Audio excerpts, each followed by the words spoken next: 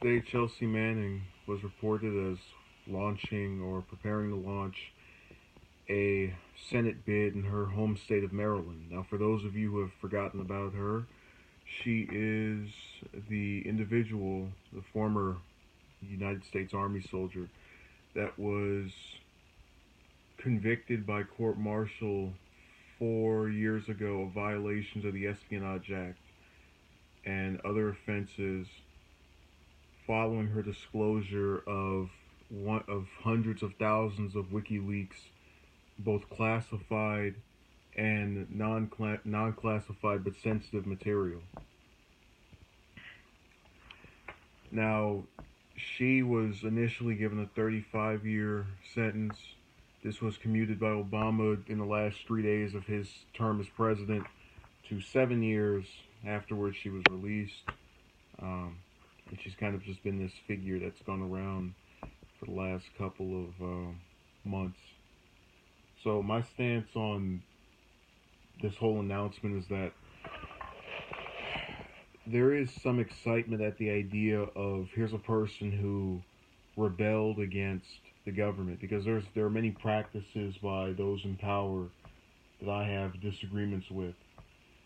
My issue with her is whether or not she'll actually stick to that same idea or moniker, that of I am not in favor of the status quo or what's actually going on behind the scenes. Um, you know, if she can stay that way without taking PAC money or just any corporate funds, I will be very likely to, I guess, endorse her ahead of the primary, because we all know my endorsements are very effective. The other thing of note here is that her chances of winning are, in my view, unpredictable, because the person she's running against, I'm not even familiar with, and I don't. Based off the way people in my home state of California are, I can wager that a majority of those who don't take an interest in elections beyond presidential elections are unlikely to rally to support the other candidates. So she will have an advantage, in my view, over her name recognition alone. And whether or not she tailors that to an actual message that is conducive to issues, and not just the regular lip service we hear from members of the Democratic Party and the Republican Party, I'll be very just thrilled by this. But we'll have to see. So I have mixed feelings toward it.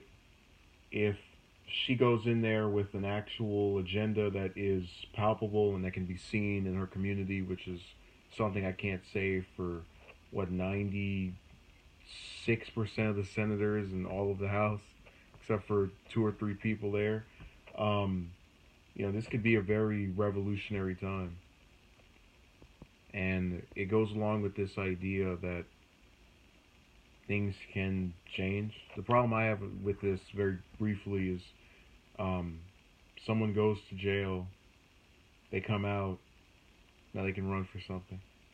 I just I thought there was some legality relating to that, but we'll find out. So it's an interesting day, and it certainly was the biggest story of today, the 13th.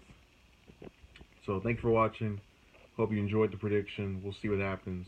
Have a good day.